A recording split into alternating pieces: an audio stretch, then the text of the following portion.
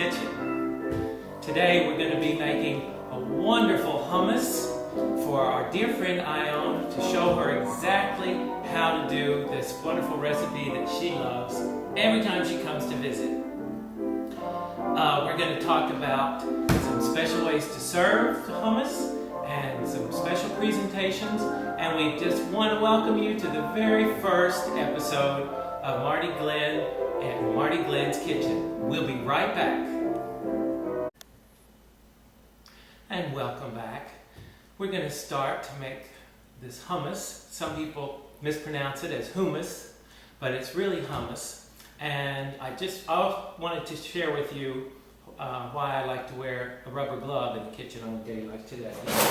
We have these wonderful microplanes. Now my drawer won't come open. That we grate cheese with, and just the other night I took a plug out of this finger. So I thought for Ione's hummus I'd make sure I didn't bleed into it, so I'm wearing my little glove to keep my boo-boo safe.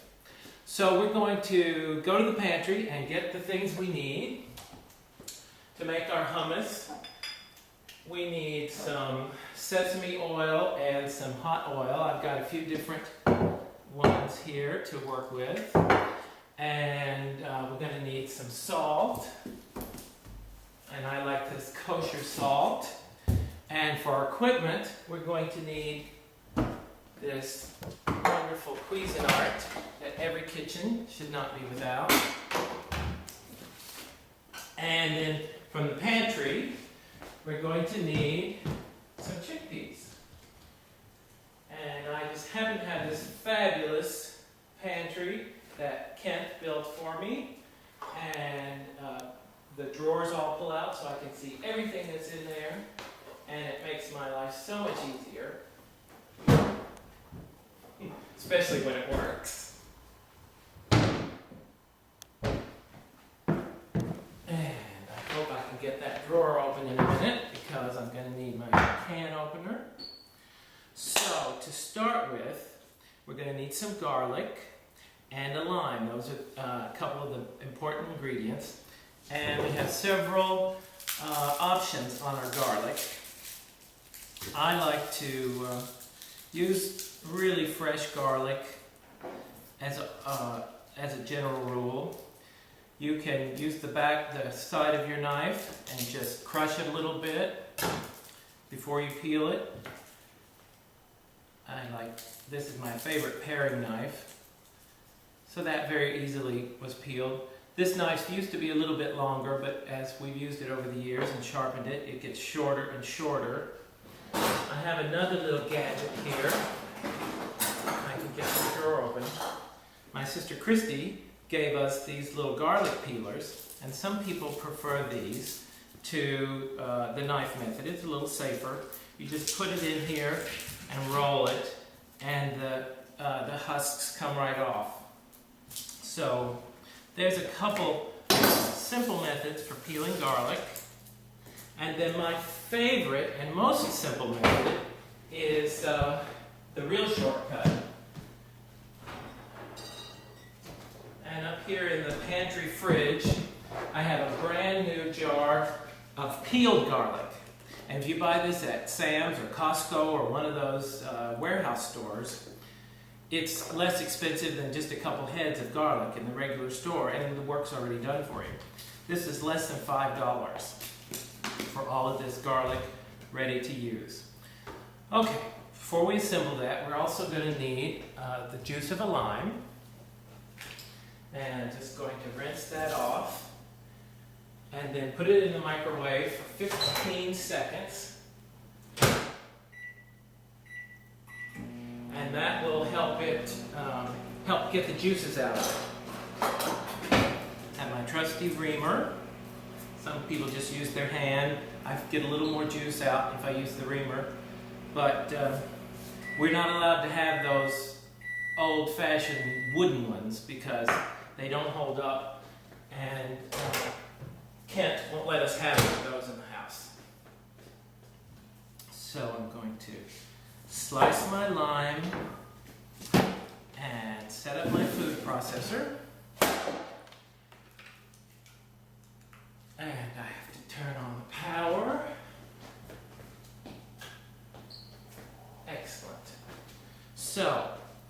I'm going to use 2 cans of chickpeas today. And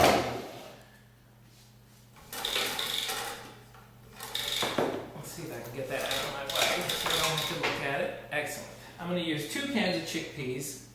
And if you go with this size, it's a 29 ounce, I'll use 2 cloves of garlic for each can. Now that's a little much, it's a lot of flavor, but if you're not going to be in the company of people, if you're not going to be too close, or if your friends are also eating the same thing, it's not too much. If it's for a cocktail party, you want to go a little more cautiously, just use 1 for each can. I also brought a couple different brands. This is the Goya, and it's only a few cents more, but I can't tell any difference. And if you really want to save money when you're doing a lot for a large group, I like to buy the institutional size cans, and that's the biggest savings. The little regular 10 and 12 ounce size cans are the most expensive, so I avoid those. All right, I need the lime juice, and see how easily and how much juice I'm getting out of there because I put it in the microwave for a minute. I have my garbage can right here close by, where I can also scrape things off into the garbage right off of the counter.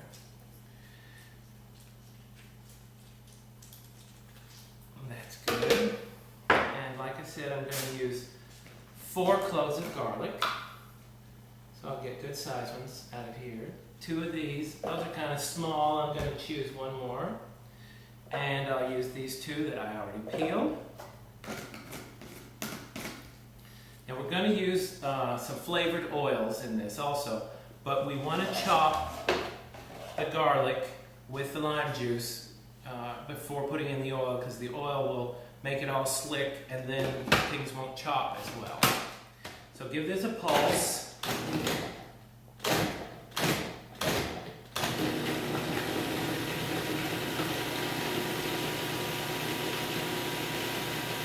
And then later, when you get all the ingredients in, these things will chop even finer. The chickpeas will melt, will grab everything, and everything will chop up really fine. You won't see any of the little pieces. Okay, let's do the chickpeas next, and we'll put the oil in last. And this is the little grater I was talking about earlier. This has tiny, tiny little knives, and if you slip, you can take off a big piece of hide. So use a towel, especially if you're being really aggressive with that kind of thing. All right, here's my can opener. And we're going to drain these, but you don't have to drain them seriously or religiously, because you will add a little water to this at the end. So a little extra water really won't matter.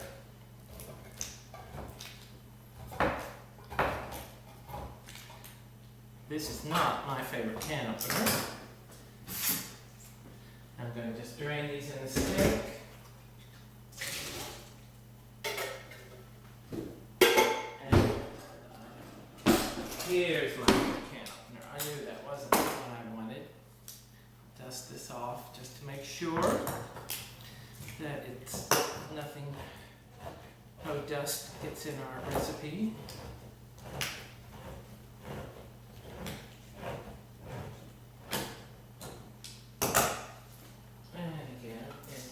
Sink.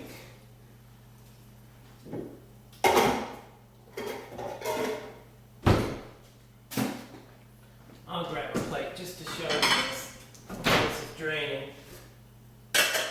I can't see any difference in the 2 kinds of chickpeas. The ones here at the bottom are from the first can, and these are the ones from Goya, and they look exactly the same.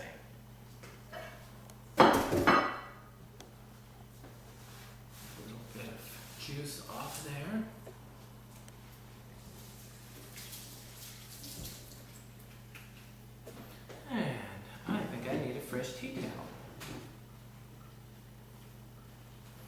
Okay, I think those are drained well enough. Pop those right into the food processor.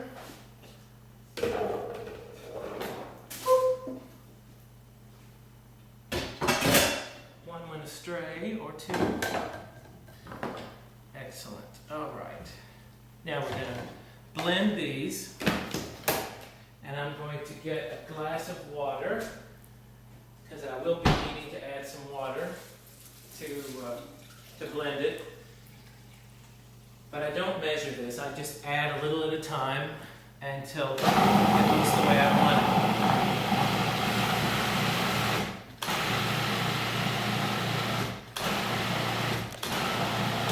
You want a very smooth but not runny consistency.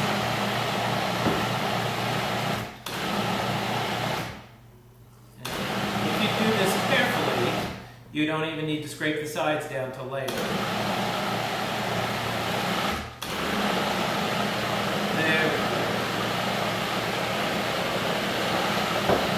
Now it's starting to look like the right consistency. Spatula. There's nothing like a kitchen with lots of drawers for lots of kitchen gadgets. Yeah, this is a wonderful consistency already. We'll blend it just a little more smoothly, but that will be after the oils are added. So I have a chili oil and a sesame oil. Here's another sesame oil, and then I have a Mongolian fire oil. Now this one is just a little hotter than the chili oil. If you have guests that don't like hot or terribly spicy foods, I recommend using only the chili oil. But I know that Ione likes some heat in her food, so I'm going to use some of both. And also, you'll change this as you make it, because some people like a little more flavor, some like a little less. And also, if you're on a diet, the beans are wonderful diet food, and you may want less fat or less oil. So I'm going to use 2 large teaspoons per can of the large cans of chickpeas for this. So there's 1, 2, 3, 4, and then I'm going to use 2 of the oil, the chili oil. I said large teaspoons, but I think this is really just an average teaspoon. I'm not overfilling it. And then I'm going to use 2 of the Mongolian fire oil, because Ione and I both like our food spicy.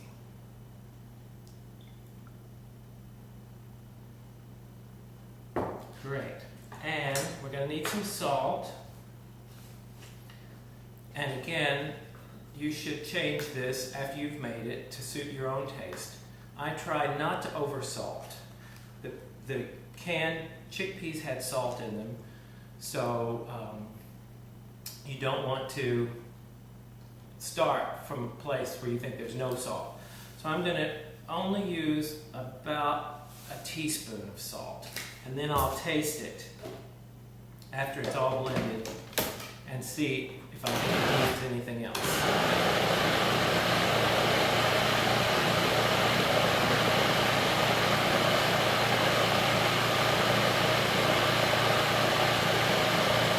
Great. Now you can see it has a beautiful consistency. It's not too thick and not too thin. And I'm going to get a clean teaspoon, or as some would say, an impeccably clean teaspoon.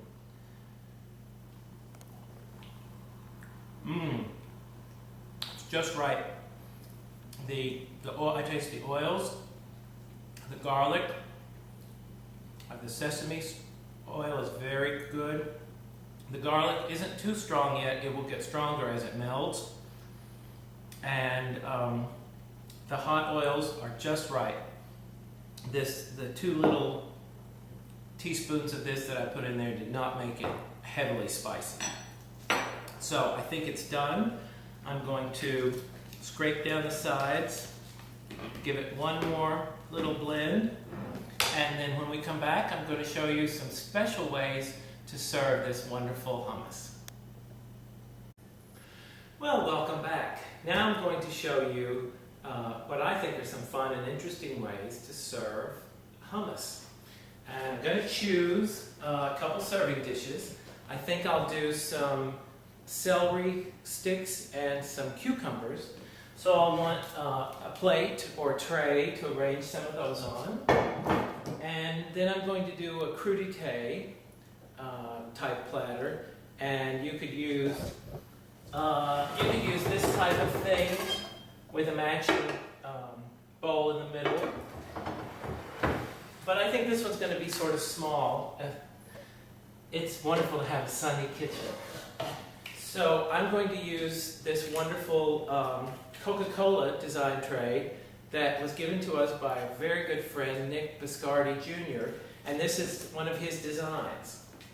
And while I'm over here, I wanted to show you one of my favorite serving terrines. This is a wonderful cabbage, and Kent and I got this at a tag sale years ago in Copake Falls, and it's our favorite terrine to serve summer soup or gazpacho in.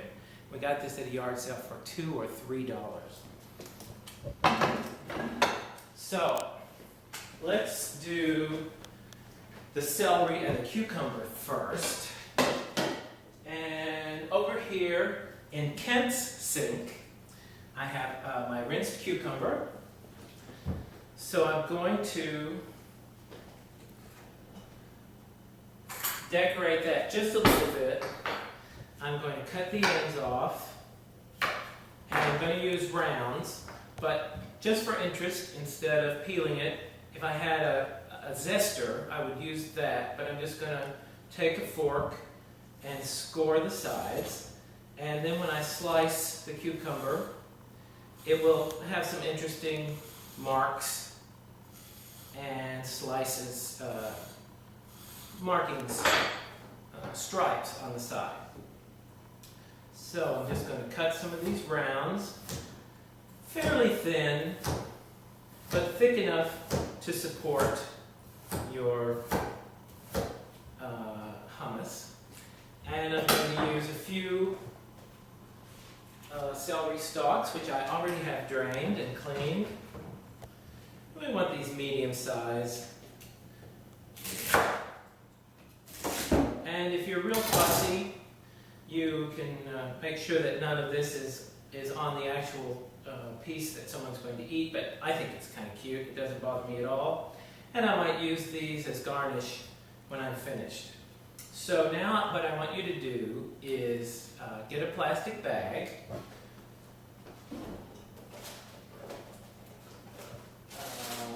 Where's the one I want? Ziploc bag.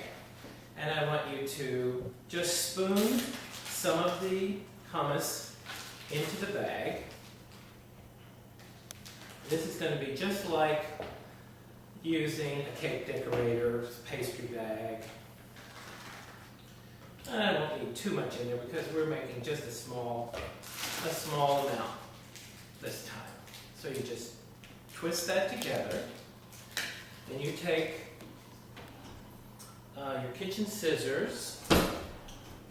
I think I moved them thinking I would know where they were. And when you're ready, we're just going to snip a little bit off the end. Those aren't very sharp. Let's try this pair. Just enough, excellent, to be able to pipe that out. So I'm going to put some cucumbers. I'm going to do this right on the tray, and hopefully I won't make a mess. And you can arrange it artfully, or you can just pile it on. I think I'll do something like that, and then maybe a cucumber on the edge. And then, obviously, we'll do the whole tray before we're finished. So just squeeze some on, and see, I'm not making a mess, I'm not getting, not spooning it, dolloping it to ruin the effect. Now, if you wanted to be really fussy or dress this up, you might take some large olives with pimentos and slice them and put one of those on each just to dress it up. Depends on how much time you have. If you're having, if you have the whole day or the whole afternoon to do this job, you might enjoy being a little more creative. And then we'll just stick a couple of these in as garnish. And there you have it, wonderful little hummus appetizer. Now the next thing I'm going to do, I'm going to use a few of these same products, but I think for this tray, I'm going to put the hummus in the middle, and this will be a dip. So I'm going to cut some wedges instead of halves, instead of cross-section slices.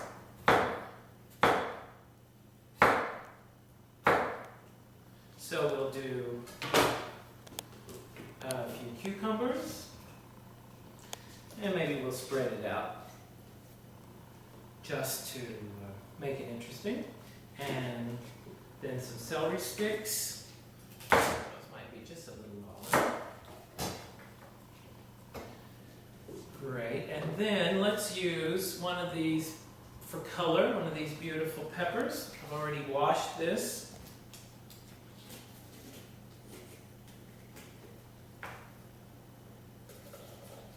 Again, I'm using my favorite paring knife. And I'm just going to take the seeds and the membranes out. And then I'm going to cut them into small wedges. Great. So, actually they cut a little easier from the flesh side. The outside can be a little tough, or the peeling can be a little bit strong. So you'll have more luck with your knife if you cut from the inside. And if you wanted, you could cut it one more time. I think it will be a little prettier this way. And we'll put a few of those around. And we'll do one with the other half.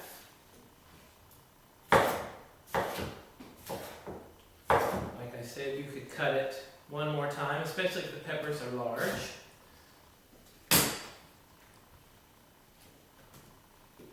Then I already have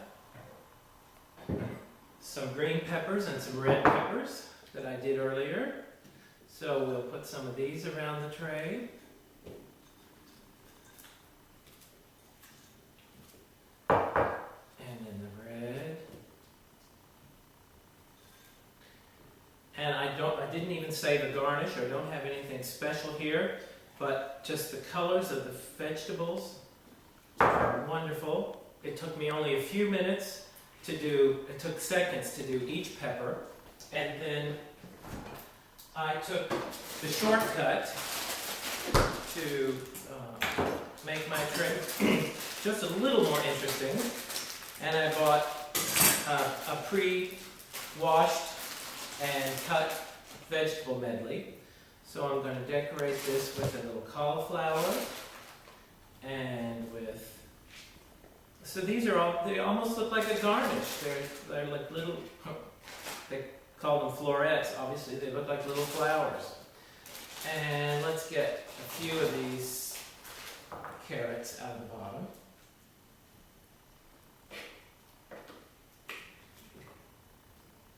And the last thing we have to do is put some hummus in the middle. So since I've already got it in this bag and I need to clean the bag out anyway, I'll just empty the bag into the center, and then I won't have to worry about spilling it from a spoon as I put it onto the tray. So there you have it. A beautiful holiday, or any day, vegetable tray with homemade hummus. You can buy hummus ready-made at the store, but it won't be nearly as good, nearly as fresh and you or your guests won't enjoy it nearly as much. So I hope you enjoy these recipes and this wonderful snack, appetizer, or cocktail party extra. So please join us next time. We've loved having you with us, and we look forward to our next visit and episode of MartyGlen's Kitchen.